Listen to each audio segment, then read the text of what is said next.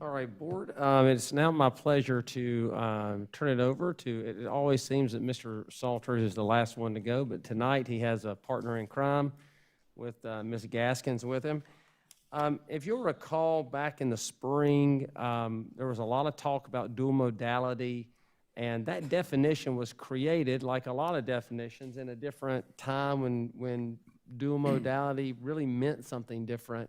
And the expectation for dual modality was going to be different. So we've sat down and would like to show you and sort of consider this tonight a first reading just for your presentation so that you can take a look at it.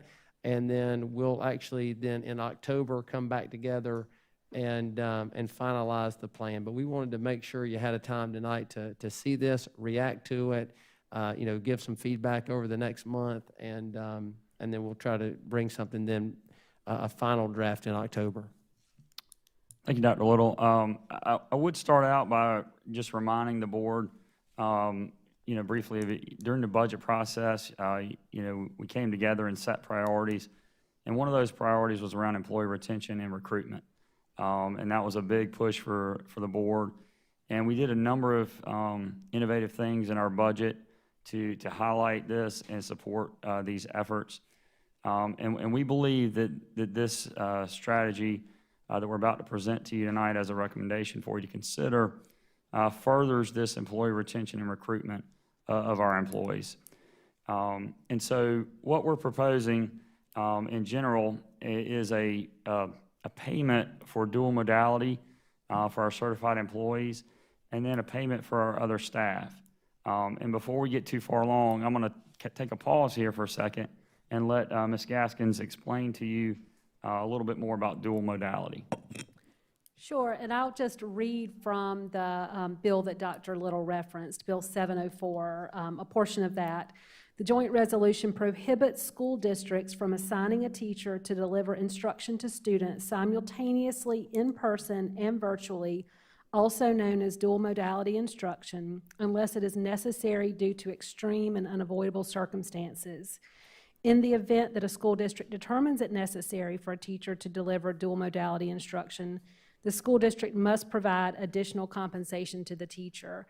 And as Dr. Little already alluded to, when this bill was passed, we were in a very different time. Things were looking up with COVID. Last school year, many districts had teachers teaching both in their virtual academy and face-to-face. We did that with some of our positions in Lexington One, but in other districts, teachers were responsible for both. And so that was some of the context around that bill as well. But what our teachers are doing right now certainly fits this description. They are working very hard to provide quality instruction for both the students in their classrooms and the students at home. And the absences related to quarantines are very significant. Nothing like we see with a typical illness where a student may just miss a handful of days. And so it is essential that we continue to expect our teachers to provide really high quality quarantine instruction, but also give them the resources and the compensation to do so. So I'm excited about the proposal that Mr. Salters just shared. Some of the ways that our teachers are providing the dual modality instruction, they're all expected and are doing a great job with a week at a glance, where they're spending a great deal of time outlining the expectations, the resources, the assignments for learning, so students can all stay up to date, whether in person or face-to-face. Some are having students Zoom in, they're videotaping their lessons and posting those. They're creating office hours and meeting with students during the school day. Many of them are outside of school hours, spending a lot of time interacting with students and families, whether it be by email or by phone. All of our instructional staff are really pitching in to support dual modality instruction, whether it be helping with planning, small group lessons with students. So this goes beyond just our teaching staff. So many people are pitching in an effort to keep students up to speed while they're in quarantine. And so what I'm sorry, go ahead. Okay. And so what we're looking at as we begin the conversations around this, we started talking about the different roles and responsibilities that really all of our staff are playing, trying to keep our schools operational. And so we have, assistants, instructional assistants that are helping out, covering for a teacher. We have office staff covering for a teacher. We have folks from central services going out and covering classrooms, feeding students, doing different things. This is my cafeteria partner right here. We've been, we can slap a mean corn dog. But we have people doing different things out in the schools. And so we felt like as we started talking about this conversation, we really need to look at it system-wide. And so what we're proposing for your consideration is for full-time employees, and that would be anyone that works 30 hours or more a week. We're proposing a $2,000 gross payment amount to be split into 2 payments of $1,000. For part-time employees, and that would be folks who work less than 30 hours a week, we would do a $1,000 gross payment, and that would be split into 2 payments. And then last year, we had a very successful strategy that we use for our substitutes. And so if they work 45 days in a semester, they got a $500 extra payment. And we would propose that for first semester and second semester for our substitutes. And so just kind of breaking this down a little bit further, what our plan would be for consideration would be that if you're an active employee as of November 15th, then you would receive a gross payment amount of $1,000 on the December 10th payroll. And again, part-time, you would get a $500 payment. Substitutes who work 45 days in the first semester, which it doesn't end until January, they would get paid on the February 25th payroll, that substitute $500 amount. And then we would fast forward to the spring and kind of end out the year and looking at active employees as of May 15th. Those employees would receive a $1,000 payment, full-time employees on the June 9th payroll, our regular payroll date. And part-time would get the $500 at that same time. And then substitutes who qualify for that second semester would get a payment on June 23rd. This is a little bit different than what we did last year in the sense that this is a gross payment amount. So taxes, your normal withholding, retirement would come out of these payments. And we would expect the average payment amount to end up being around $700 to $750 per employee for these amounts.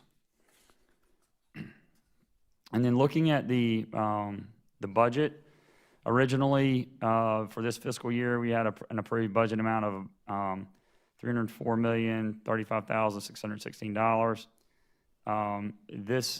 These proposed amounts that we're talking about now will be approximately $10,600,000, and so we would bring a budget amendment to you to increase the budget to the $314,635,616, and we would look to do that in October, so that we would be prepared for making these payments in December, and we would propose, as we did last year, to pay for this these payments out of our surplus from this current fiscal year that just ended. And so that would be the strategy we would use to fund this. Dr. Powers, I know you had a question earlier. Be used for this? They potentially could be, but we have the funding available through the surplus and general fund, okay. So we would use that. Our ESSER funds are all allocated to various activities that we've already talked through, and are plans submitted to the state. Gotcha. And in the process of being approved. So we would look to use the surplus for that. And then would every employee of the district be eligible for this, even if they wouldn't have to demonstrate that they've supported dual? No, sir. So you have really two groups. You have teachers, certified staff who are really involved in dual modality. And I can tell you that if you're a classroom teacher, you've had kids on quarantine and you've dealt with dual modality. And then our other teachers and support staff are all pitched in some way to address and support keeping our schools open. And so anyone that meets these criteria would receive the payments. So you talked about from the surplus, did that come from additional revenues or decreased expenses? And so that's a great question, Dr. Guyton. And so we had a combination of things that happened this year. We had some additional local revenue that came in that was slightly over our budget anticipated amount. We were a little conservative on our revenue projection given COVID, and we felt like people probably wouldn't pay taxes, and that didn't happen. They paid taxes, and our revenue was supported there. We did have some monies that were offset using our ESSER funds and CARES Act money. If you recall, we had a COVID leave category that was a big chunk of that money. And then we had some other expenses that were budgeted in general fund for last year that we were able to offset by using CARES or ESSER. And so the general fund expenditure did not have to occur. So those were kind of offsets that occurred. And then in general, we had some things that happened that you may or may not expect, but if you think about it, it would kind of make sense. Like our power bills were not what they normally are. We had half the students in our classrooms, when we were in the hybrid model. We were using half of the water. We weren't flushing as many toilets. I mean, just all these things added up. And when you have, multi-million-dollar power bills in a system our size for, over 5 million square feet of buildings, those things add up over time. So different things like that contributed to the surplus. Additionally, one of the things that we've been working on that we've talked with you about in our budget process is our payroll budgeting. Previous to me taking over, we always budgeted at 100% payroll expenditure. When I took over, we started a process. If you recall, last year we did 98%. This current budget year, we shifted that down to 97%. Well, last year when we budgeted 98%, we only hit 96.5% of payroll fill rate. So that's a gap of source of extra, under expenditure, if you will, that was available as well. So we monitor that very closely. I'll say I kind of joke with Ms. Price down there. She's doing a really good job of filling these positions in her HR team. So I keep reminding her, we hit 97%. That's what we're budgeted at. But she's got them rolling along. Let's hit 100%, and we'll Well, and that's obviously we want teachers. We'll budget differently in future years. But anyway, it has been an effective strategy, and we did go down this year to 97. But as we say, if we miss that, we can tweak that target going forward. But that's a source of where the revenue has come from. Yeah, I've kind of beat this drum in the past, and I'll continue to beat the drum. It's so much better to make decisions in a time of abundance than it is in a time of scarcity. And this is just an absolute beautiful picture of what happens when your community and your school district and your teachers and all the people serving children get to work together. We get to provide unbelievable schools. We get to give bonuses and payments to staff who are so deserving of it. And so it's just an amazing interplay of all of those things. And we didn't get here by happenstance. We got here because of the decisions that were made prior to us, that we got here because of the educators and the administrators and everybody and housekeepers and everybody who came before us to get us to a place where people want to come to. And so we get to make decisions in abundance and not in scarcity. We do think this will also continue to communicate to not just the current employees that we have, but other employees in the Midlands, that the place that is a lucrative place to work and will nurture and support and guide and develop you as an employee and care about you as an employee. So those are all strategies, whether it be like the Best Self program or the Self program that we're working as well for our lower paid employees, those kinds of things. I mean, it's part of those overall efforts. And what I really appreciate about this plan is one of the things, and actually Ms. Freeman, I'll give her a lot of credit in terms of thinking about this and conceptualizing it as a retention strategy. But I think having the payment date on December 10th is a really good payment date for our employees, as the holidays can be also a stressful time. And I think having and for the non-substitutes, I mean, and then to grab June the 9th, right as the school year is ending. I know many people schedule vacations for that period of time, just the next week over. And so give them an opportunity to have that as they're thinking about their summer vacations as well. So I think the timing of it works really well for those types of things. And Dr. Little and Board, just as a reminder, we'll bring this back next month. I'm happy to entertain questions, obviously this evening, but along the way, if you have additional questions over the next few weeks, prior to next month, be happy to answer any questions related to this conversation. So I have a question. What are other districts doing as far as dual modality? I guess, Ms. Gaskins, you might want to weigh in on that a little bit as well, but I know that some of our local districts are basically gathering a team of, 5 to 7 teachers, and those teachers are being paid a stipend to work after school to interface with students who are on quarantine. So they're not getting quarantine instruction during the day. They're getting in quarantine instruction after hours, and that small group of people is doing the work. And the teachers are still having to gather the materials and feed it to that group or that team. We feel like our teachers are gathering materials. They're the ones closest to the students. They're doing the work.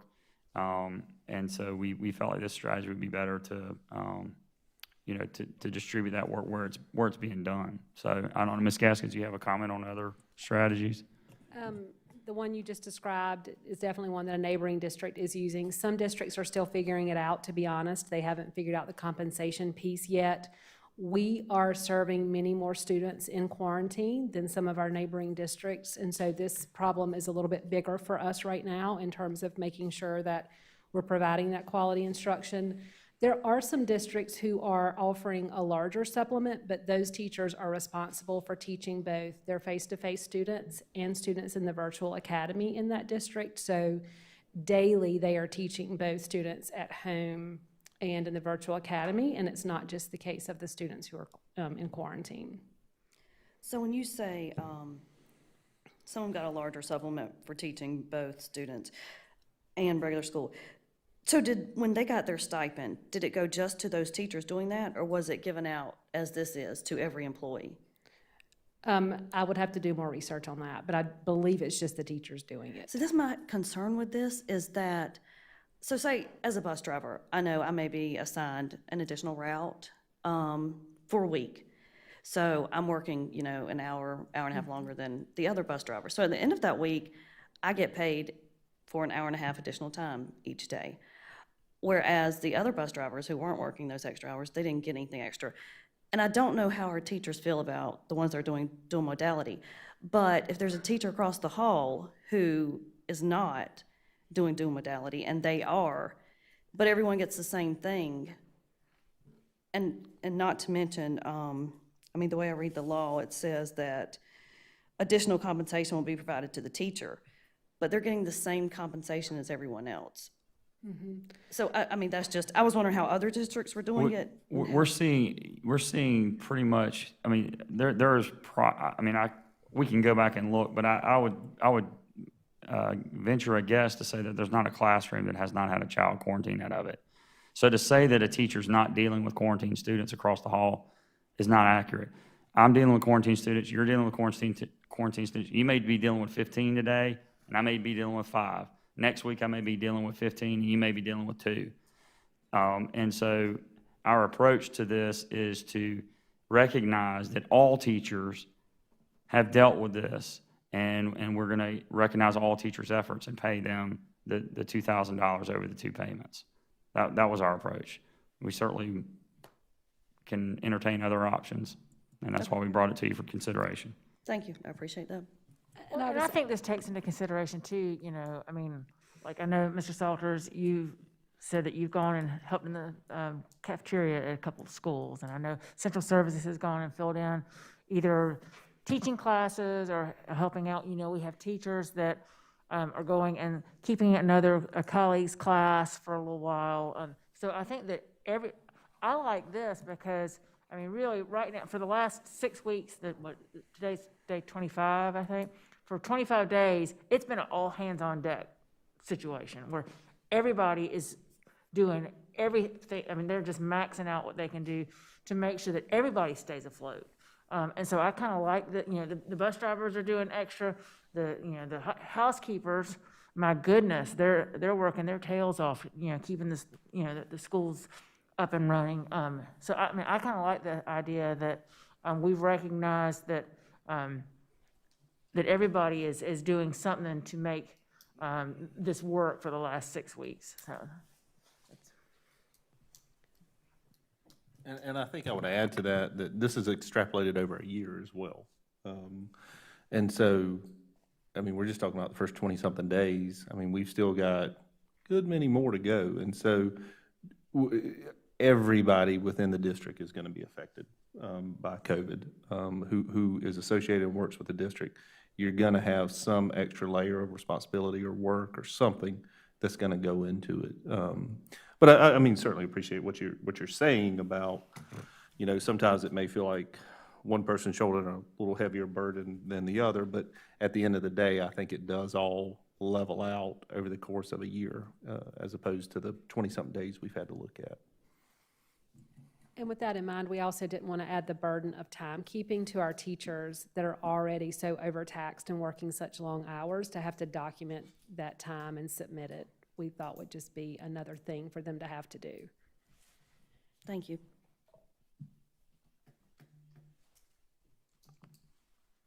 Dr. Little, anything else for your report? No, ma'am. I'm glad we got to end on that tonight. That was good. Yes.